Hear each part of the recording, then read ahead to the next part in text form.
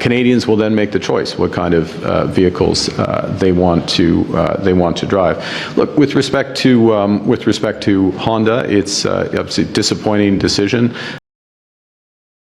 Honda's decision to delay part of its EV expansion in Ontario was supposed to embarrass Canada. Instead, Mark Carney turned the entire story back on Donald Trump.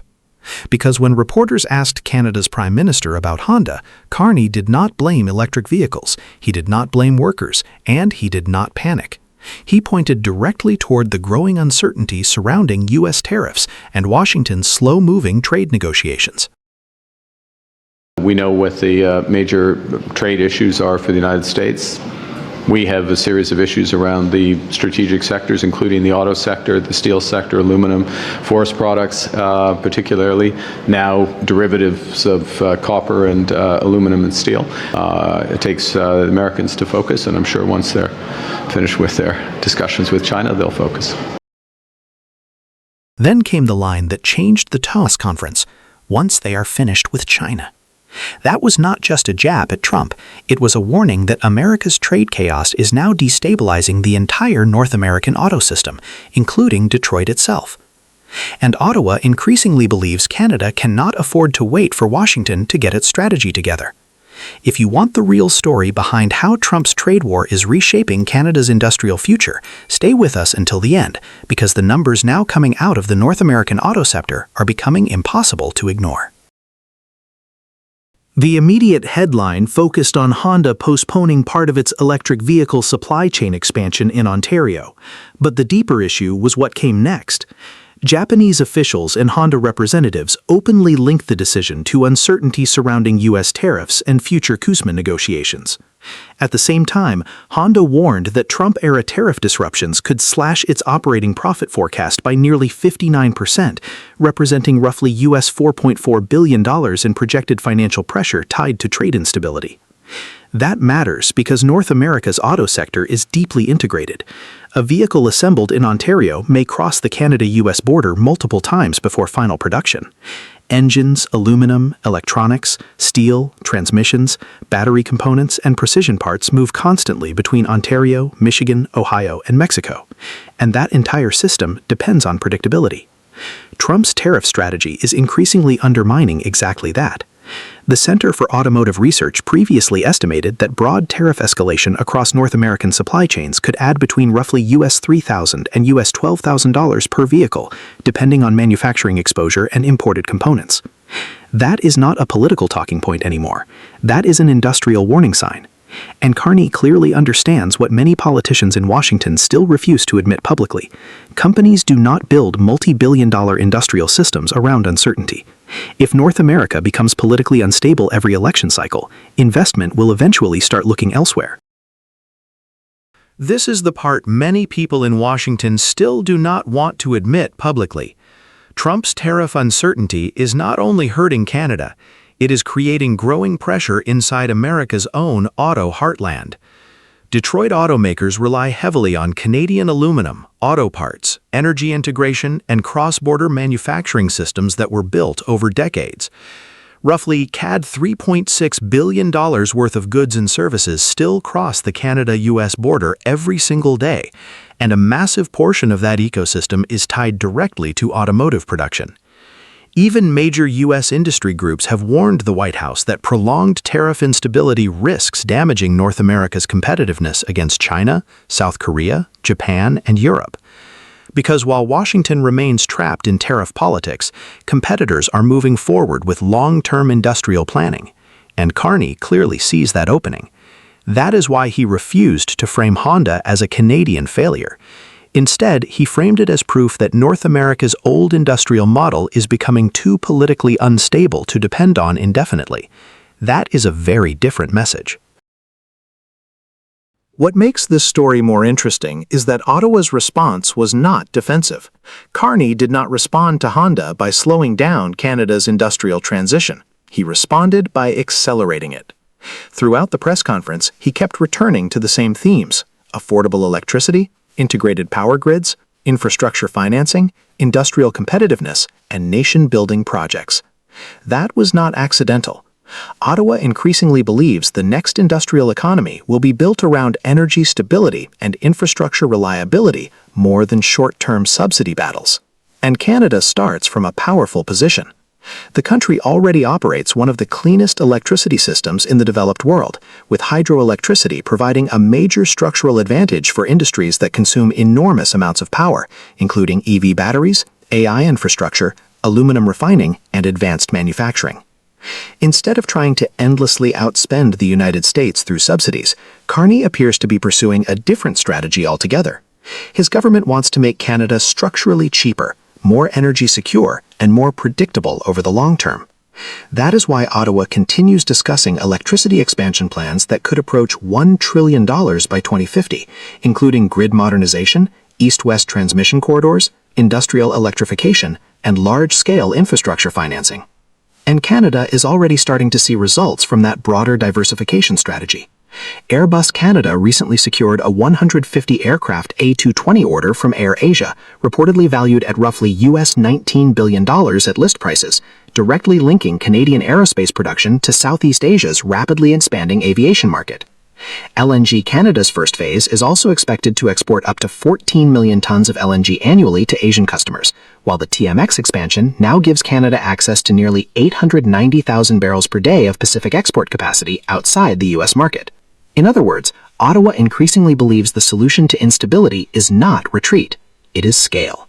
Honda may have delayed one project, but Canada's response suggests Carney wants to build an industrial system large enough to remain competitive regardless of Washington's political turbulence. Carney's comment about China may have sounded subtle, but strategically it revealed a major shift in how Ottawa now sees the global economy. Canada increasingly believes the U.S.-China conflict is not temporary turbulence, it is becoming the new structure of international trade itself. And if Washington remains consumed by tariff battles with Beijing, Canada no longer wants its entire economic future tied to American political cycles. That explains why Ottawa is simultaneously expanding LNG export capacity towards Asia, strengthening trade discussions with ASEAN and India, reopening parts of its economic relationship with China, and deepening industrial partnerships with Europe and Middle Power allies. This is not anti-Americanism, it is strategic diversification.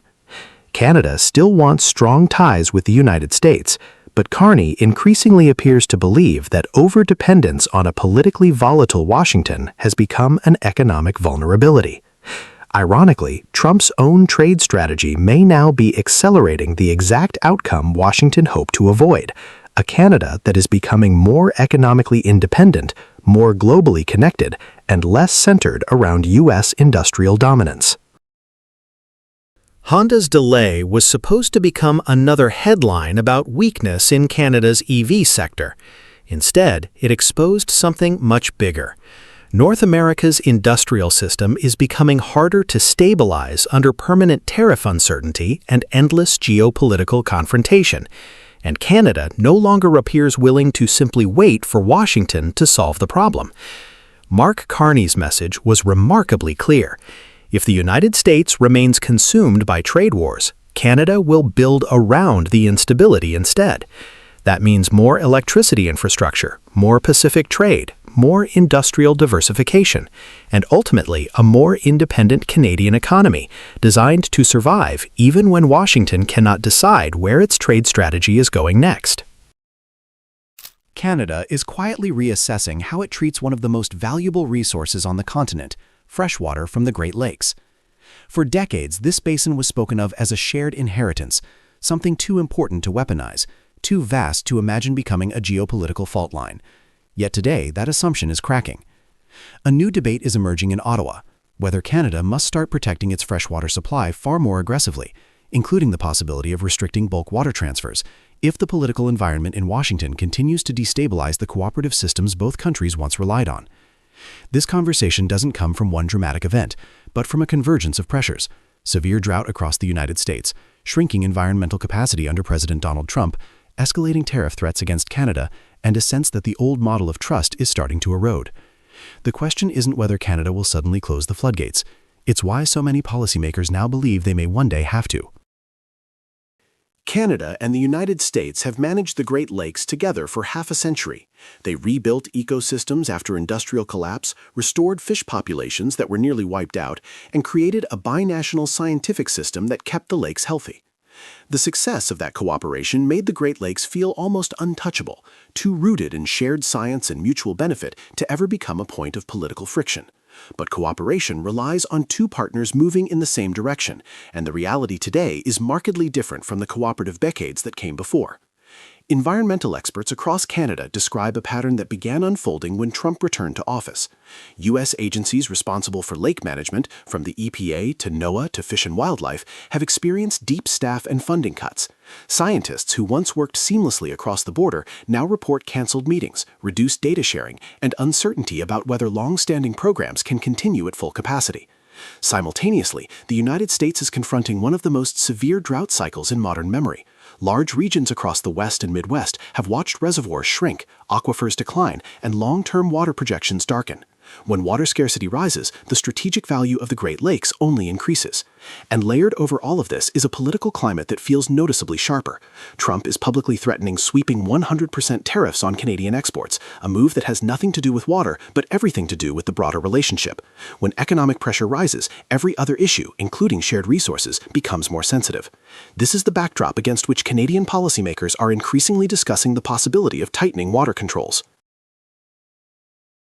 The renewed focus on water security does not mean Canada is planning an export ban, but it does mean Ottawa is reconsidering whether the current framework is strong enough for the world as it exists today, not the world as it looked in the 1980s or 1990s.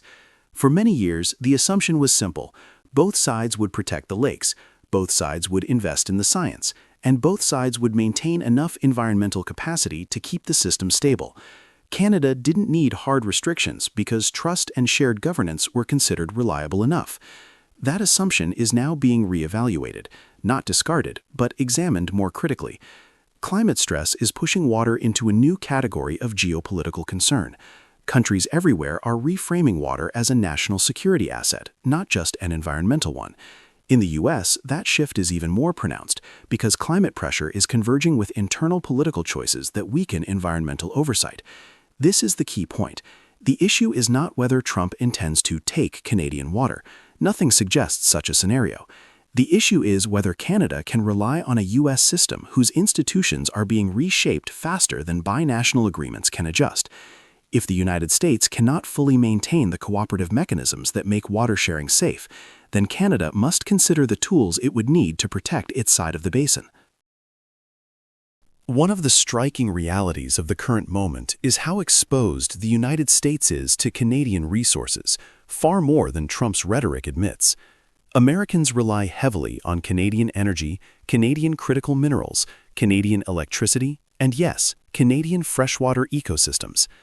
When Trump threatens 100% tariffs, he frames it as a show of strength, but from Canada's perspective, it exposes the imbalance in the relationship.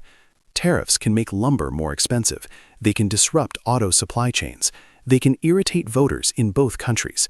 But they do nothing to change the physical geography of North America. They do nothing to refill drought-stricken aquifers. They do nothing to replace the binational environmental workforce that once managed the lakes. This is where Canada's strategic reassessment comes into focus. Ottawa isn't reacting to Trump's tariffs with a water policy shift. That would be an oversimplification. Instead, the tariffs illustrate a deeper truth. When Washington acts unilaterally, the collateral damage often lands on Americans themselves, not on Canadians. If the U.S. weakens its environmental oversight, Canadians suffer ecological consequences, but Americans suffer too. If the U.S. politicizes the relationship, Canada adapts, but the U.S. is the one facing chronic drought. If cooperation becomes unreliable, Canada can build new frameworks, but the U.S. cannot invent a new freshwater basin. This is the irony of the moment. The more aggressively Trump tries to pressure Canada, the more visible America's structural dependence becomes, not because Canada controls the water, but because climate reality does. The Great Lakes Partnership is not breaking apart, but it is entering a more sober phase, one where trust cannot be assumed and where long-standing habits of cooperation must be backed by stronger policy guarantees. Canada's debate over water restrictions is not a threat, it is a signal. If the political landscape in Washington becomes unpredictable, Ottawa must be prepared to protect its end of the bargain, the environmental stability of one of the most important freshwater systems on Earth. For the United States, the message is equally clear. Tariffs may dominate the headlines, but the deeper challenge is the long-term security of essential resources. Water cannot be replaced, rerouted, or renegotiated through force of personality. It requires cooperation, capacity, and trust, all of which are under strain. So the real story is not that Canada is cutting water. It's that Canada is now openly preparing for a world in which it might one day have to consider it. And in that world, Washington would discover something it has long underestimated. North America works best when Canada chooses partnership and becomes far more complicated when Canada chooses protection.